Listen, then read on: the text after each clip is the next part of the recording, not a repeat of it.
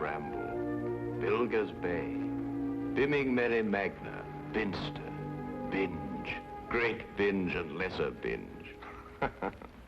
Amazing. What's amazing? The names of our English villages, Watson. What foreigner reading these could ever think of us as stiff and sober-minded people? Bippery Cross, Birrer Crags, Bird Cherry Brook and Birding Piece Place, Burlston Junction. When do we go? Go where? To Burlston Manor, Burlston, Sussex. Whatever led you to believe that I'm interested in Sussex, Burlston, or Burlston Manor? No doubt you saw the account of the rather gruesome murder of Squire John Douglas. Quite so. The case has interesting features. But at the moment, I'm more interested in the fly fishing possibilities in the neighborhood of Burlston. Ah, that would be the Arun. Runs within 2 or 3 miles of the manor house. Hmm? What manor house? Burlston, the home of the late Squire Douglas. Oh, yes, I remember. I believe he was quite a fisherman. The moat is 40 feet wide. 40 feet wide? Well. Good Lord. He could probably fish from his bedroom window. And when the drawbridge is raised, the place becomes an island. 4 hours after the bridge is raised, the body of Squire Douglas is found in his study with half his head blown off. That should appeal to you. Fishing seems a safe business by comparison. Do you row a boat? A boat? For fly fishing? Have you ever fished before? Does this look like the equipment of an amateur? Odd word. Which? Equipment. All the fishermen I've ever known talk about their tackle. What do you deduce from that, Holmes? Obvious. Your fishing friends either lack experience or vocabulary. We deep-sea fishermen are in the equipment class. None of your nasty little bundles. Yes, that gaff is far more suitable for a shark than a trout. Do you really think so? No good for trout? Well, it depends what trout you're after. Oh yes. Well, we must carry a tape measure. A tape measure? What on earth for? To measure our catch, of course. To measure our catch and throw back the little ones. A good rule in life, Watson. Always remember to throw back the little ones. You think our prey will count as a big one or a little one? Well, hardly as big as Squire Douglas, lying dead in his castle, surrounded by his moat. Holmes, you've been analyzing this case. Well, you know, I haven't got enough data yet for analysis, really. Do you think it could be an accident? What, with a sawn-off shotgun? And the triggers of both barrels wired together? Murder, eh? Yes, possibly. What do you mean by possibly? Don't sit there, man. That may be opportunity knocking. Oh.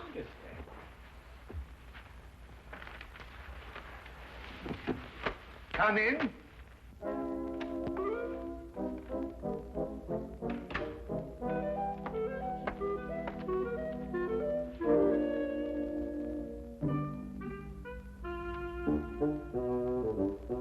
Mr. Sherlock, The fisherman. Hold on! Oh, come on! Blowing me! No, wow! In there, boy. But it's only a little one. Would you like it, Watson?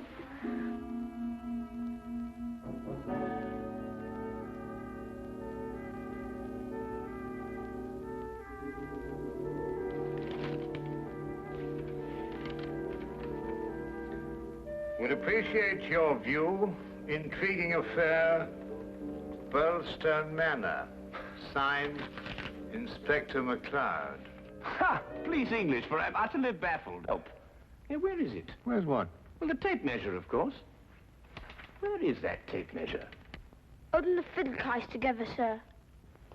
Fiddle? Violin case, boy. Oh, tell me, Watson, how are we off for trains?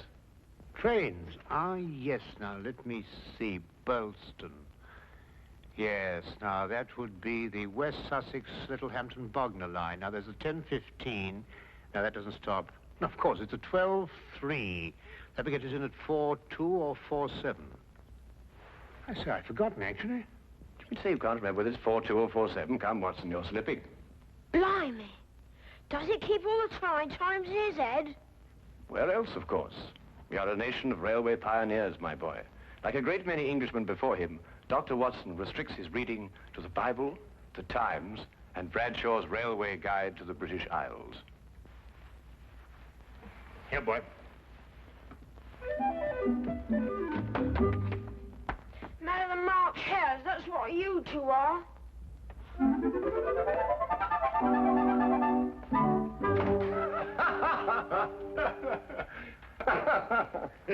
I say, Watson, have you seen my weekend bag anywhere? I suspect it's under the stairs. Mrs. Hudson got very tired of seeing it lying about. Oh, good. Well, that means it hasn't been unpacked anyway. I assume not. Excellent. Then everything is ready. Oh, be a good fellow, would you, and dig out that bag and put it in the cab along with that tackle. Why? Aren't you going to be here? I have a little reading to do. Pick me up at the British Museum Library, say half an hour before the train leaves. Now, look here, Holmes. This is no time to go reading. You missed the train. I cannot vouch for the punctuality of Dr. Watson or the reliability of the company's steam engines, but I, for one, propose to be at Boylston Halt at 4:02 p.m. precisely.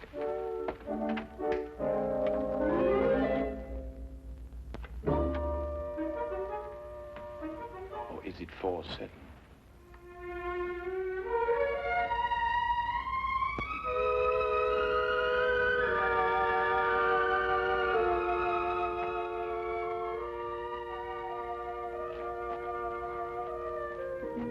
It was a nice piece of work, if I say so myself. The entire story hung on a spider's thread. A spider's thread? Exactly. Huh.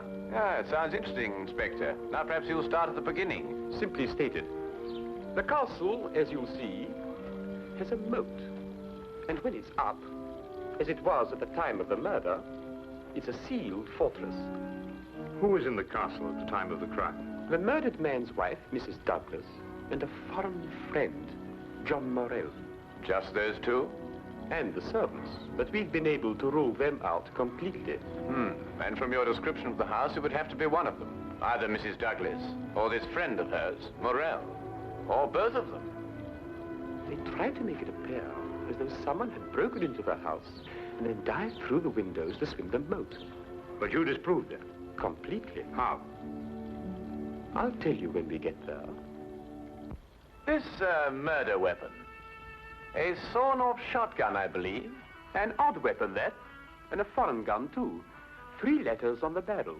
P-E-N. Aha. A larger P with a flourish over it, followed by a smaller E and N. That's right. Ah, the Pennsylvania Small Arms Company, the famous American firm. That's perfect. That's all I need. You mean you need additional evidence? Well, Mr. Holmes, every little helps, you know. Then your case against Morell is not complete. It's complete as far as...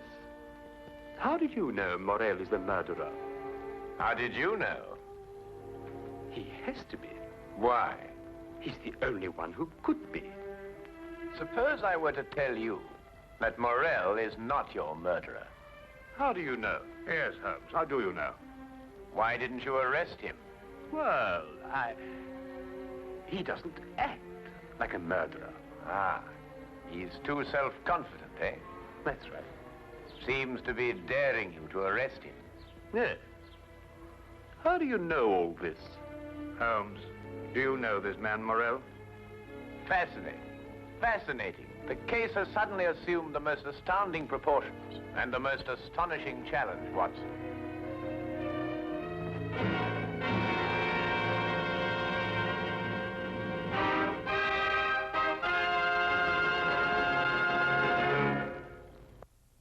Specimen of the period. Yes, it is lovely, isn't it? What did you mean, Mr. Holmes? Nothing. I just think it's a lovely building. No, I mean when you said that Morell didn't murder Mr. Douglas. Oh, that. Yes, what did you mean? How do you know he didn't do it? Well, if he didn't do it, she did. You're jumping again, McCloud. You're jumping. But it has to be one or the other. Does it really? What's he talking about? Well, don't you know? No, I don't know. If 2 people are in a sealed house with a murdered man, one of them has to be a murderer. That's common sense. Ah, but is it logical? What do you mean? Is it logical? I don't know, but Holmes says that all the time. I was hoping you might be able to tell me.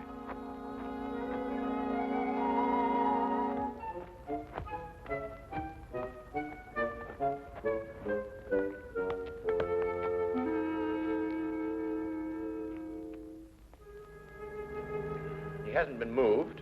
That's just the way we found him last night. Watson? Of course, death was instantaneous. I should say so. The charge was not fired directly into the face, as the newspapers account had it. Uh-huh. I'd say the blast came from below and that the gun was almost vertical. Excellent, Watson, excellent.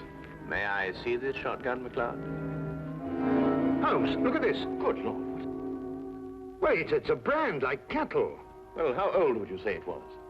Have you got your glass there? Yes. Thank you. It's very difficult to estimate marking like this, Holmes, but I'd say it's over 15 years. 20. Mr. Morrell? At your service, Mr. Holmes. Dr. Watson. News travels quickly. This is a small village. You said 20 years? Yes. The same age as this. It stands for the Mesa Valley, Arizona. Gold claim number 341. That is where John and I met 20 years ago. There were 3 of us. We registered the claim, worked it, and then sold it. We divided the money in thirds and went our different ways. 2 years ago, I looked John up here and stayed on. I liked it. And the third partner? He lost his money, and I believe his mind. He came to believe that we had cheated him. And he swore to kill us 10 years ago. Why didn't he? He couldn't find us. No, we didn't have the same names at that time. Do you think your old partner could have done that? I don't know, Mr. Holmes. I am not the detective. True. True. Well, we must bear that in mind. You tried to make it appear as though another man had been here and went out through the window. Did I? He tried to build an elaborate story. A man of his size was seen passing through the village wearing a loud tweed topcoat and a wide-brimmed hat. He was heading this way. On the window ledge, there is a footprint in blood, indicating, of course, that the murderer dived through the window and swam the moat. But he didn't. How do you know? Because, Mr. Morrell, outside that window and just a few feet down is a very large and at least a month-old spider's web. Anyone jumping or diving through the window would have to pass through the web. And no one did. Well done, McLeod. Well done. A spider's web.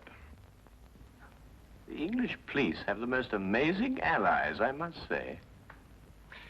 Now that you have made your deductions, Mr. MacLeod, exactly what do they mean to me? For the moment, nothing. But I suggest you do not leave the castle grounds. And if I try to live?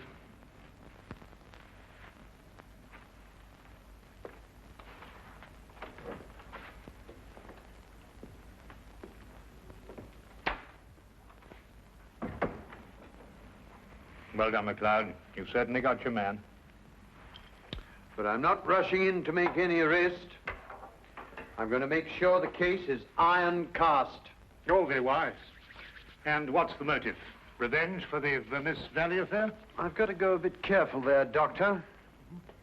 If you ask me, it's a case of, cherchez la woman.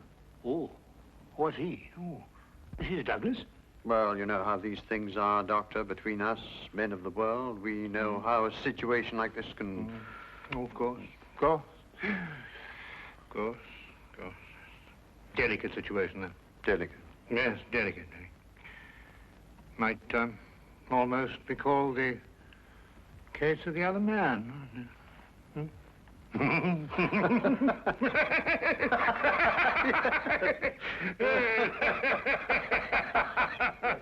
The other dumbbell. Not who, what. What? That's right, what? What are you talking about? That. There's only one dumbbell. One dumbbell. That's right. Well? There's only one dumbbell, Watson. I know. That's it over there. Yes. Where's the other one? Well, I don't know. I've only just come here. Do you know where the other one is? What difference does it make? Well, that's right, yes. What difference does it make? Maybe there is only one dumbbell. One dumbbell? But they come in twos. Perhaps he only had one.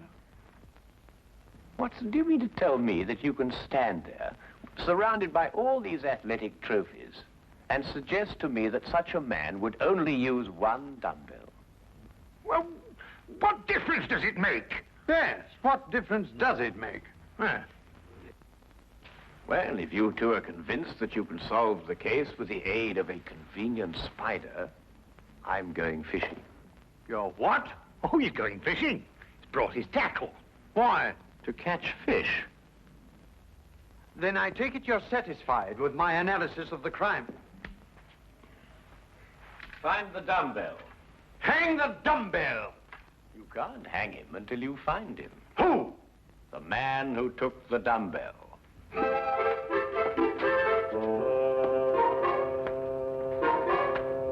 You've gone too far now, Holmes.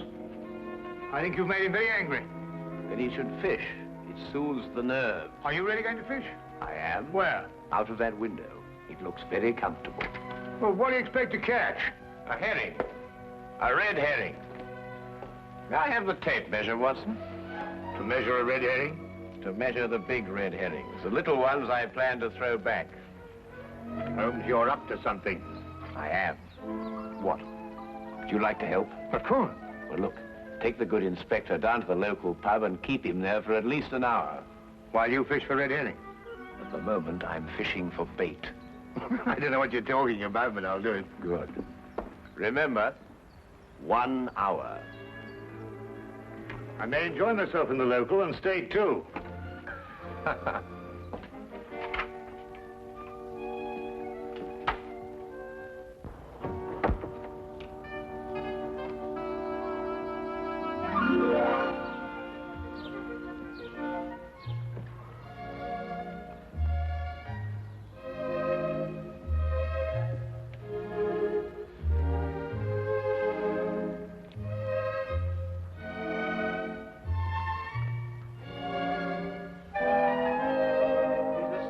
That, Holmes. What do you think he's been doing?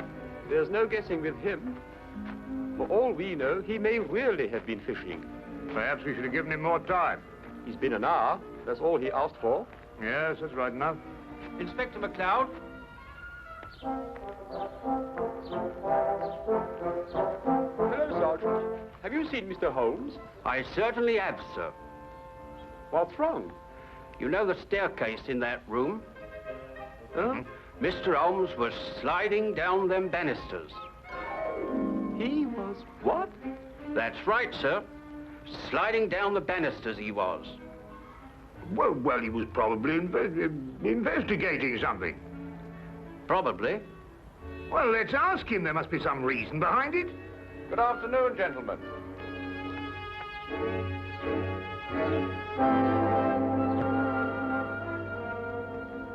Go on. Ask him. Ask me what? Well? What have you been doing while we were away? Well, first I fished, No.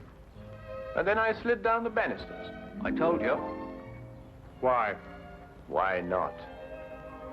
Well, And you, Inspector McLeod, are going to drain the moat. I'm going to what? Drain the moat. Empty it right down to the bottom. I can't do that. That's a major engineering job. Don't you realize that's a real river that runs round the house? Well, in that case, don't drain the moat, but tell everyone you're going to. And then what? Then we'll all meet back here in an hour's time. and see if we can find somebody pulling something out of the moat. Exactly. What? Red herrings. As mad as a March hare.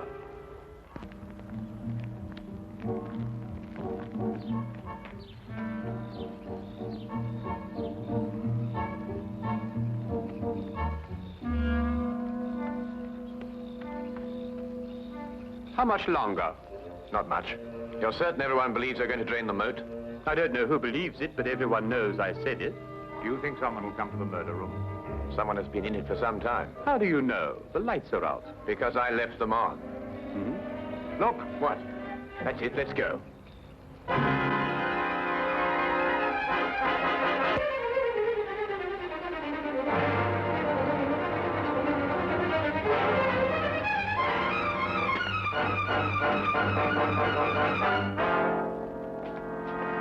Oh, excuse me. What are you using for bait?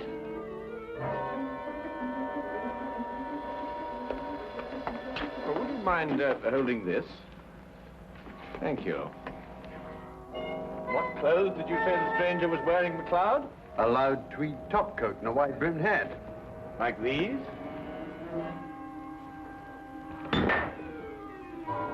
The dumbbell. Holmes, how did you know? When you're working near water, Watson, and a heavy object has disappeared, you may conclude, until you can prove otherwise, that it has been used to prevent some object from rising to the surface.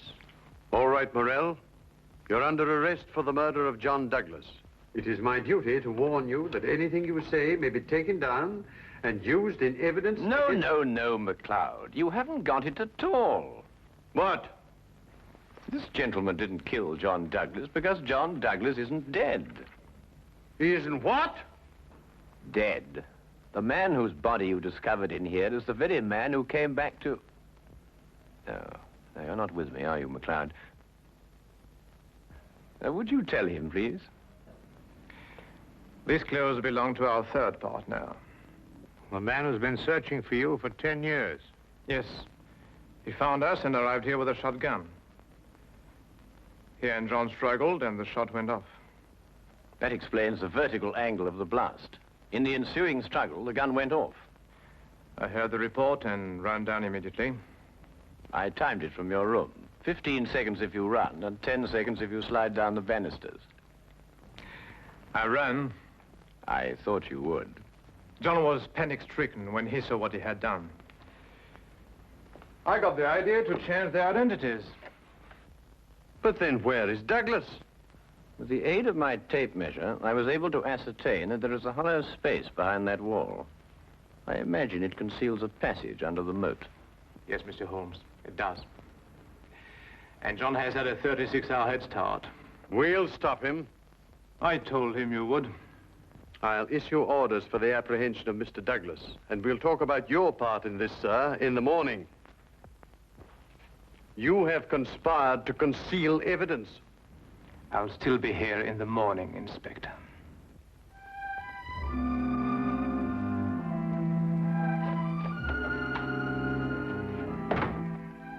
A very brilliant piece of deductions, Mr. Holmes. An excellent application of applied psychology. I haven't been tricked many times in my life. You must remember that the next time you become involved with murder. And you can now continue your fishing in a more normal manner. Fishing? No, I don't care for it, really. Unless it's deep sea, of course. Yes.